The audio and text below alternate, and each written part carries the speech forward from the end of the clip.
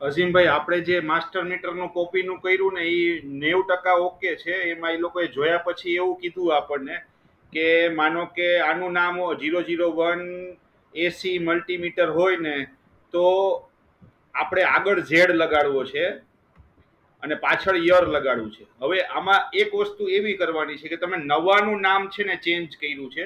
આપણે એવું કરવું છે કે જૂનું જે રેકોર્ડ પડ્યો હોય ને એના નામમાં પાછળ ઝેડ લગાડવું છે ને આગળ મતલબ ડાબી બાજુ ઝેડ લગાડવું છે અને જમણી બાજુ તમે વાય વાય વાય MMDD લગાડો પણ ટાઈમ ન લગાડો. એટલે અત્યારે માનો કે હું આમાં 0416 કરી નાખું એમ, આવી રીતે.